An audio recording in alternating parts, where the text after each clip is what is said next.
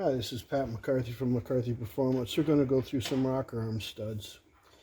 Um, this is going to be basically for your pressed-in studs for your Chevrolet small blocks. These are actually new, and these you can drive in if you screw one up. I wouldn't recommend using these. I usually tap it and put in a threaded stud. It can't come out. Guys used to drill and put roll pins through these to keep them from coming out, but this is a better way to go. Most of your aftermarket heads are going to be this.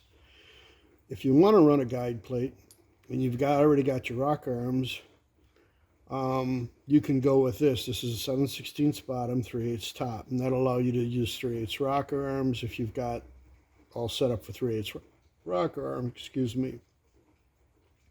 You also can get this in a big block Chevrolet 7/16 top and bottom, and you can get 7/16 rocker arm for a small block Chevrolet, and that's the way I like to go.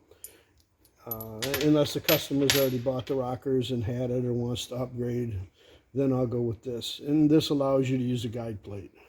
That'll hold the guide plate. This does not have any access for guide plates, so you're either going to use a rocker arm that's guided off the valve stem, or you're going to use a head that's got a rocker arm slot in it.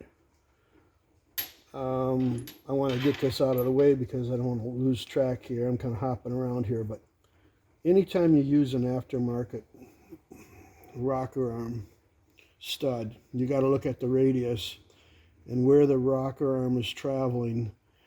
You want to make sure that it isn't bottoming out on the radius. Now, this one was bottoming out on the radius. This rocker arm was cutting into the stud because there was not enough, there was too much radius here.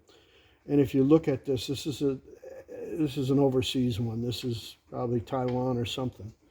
And if you look at an ARP, you can look at it. There's quite a bit of difference there. And that's going to allow you to get on a valve train adjustment a lot easier. Now, you always want to try to ride the rocker arm ball or the rocker arm trunnion. You always kind of want it on the non-threaded part of the stud. Okay, now this is a Gen 6 big block Chevrolet. They went to non-adjustable valve train. I don't know why they did that. God only knows. I usually throw these out and I usually put this in. And this allows me to adjust the valve train. A lot of times you get X amount of preload, and a lot of times I don't like what I get for preload. This allows me to control the preload on the lifter. With this system, once it's cranked down, that's pretty much what you're going to get, unless you want to play around with custom push rods. And they usually come in 50,000 increments, so you'd have to have a set of custom push rods made. The 7/16 top and bottom stud is used in a lot of different engines. You can use it in Oldsmobile Fords. Use it. You can put them in 460s. You got to cut the pedestals down. You can use them on iron small block Chevrolet heads, and you can use both styles. But when you do that, you got to remember you're going to have to cut a fair amount of the pad down when you drill and tap it for this, because you don't want this. It's going to ride. The rocker arm is going to run out of travel. It's going to bind and run on this radius. You don't want that. With this system, you don't have to worry about that. If you don't run guide plates in the small block, you don't have to worry about that, because you thread that in the head and you're done. It's going to go down, as far as it needs to go, and you don't have to worry about making up this difference here, if you follow me. Because this is basically putting the stud up higher in the block or in the head, and it's going to ride on the rocker arm. And you really don't want to start modifying rocker arms, especially like this rocker arm here. There's lots of room here. There's really no reason to start playing around with that stuff. So, and this is a Pontiac, and this is a 7/16, and it's usually normal to put a big block Chevrolet rocker arm stud on a Pontiac. You have to put a shim underneath the rocker ball to make it adjust correctly. But you can, this is kind of a non-adjustable situation too. And after an engine's had 3-4 valve jobs, been decked, cam base circle differences, on and on and on, it's just so much easier to use an adjustable valve train in that engine, and that's particularly usually the one that I use.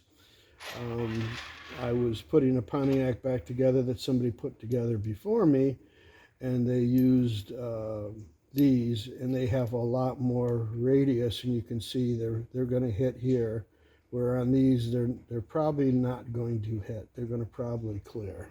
Of course, that has to be checked. You always want to be aware of, you know, how much clearance you've got here.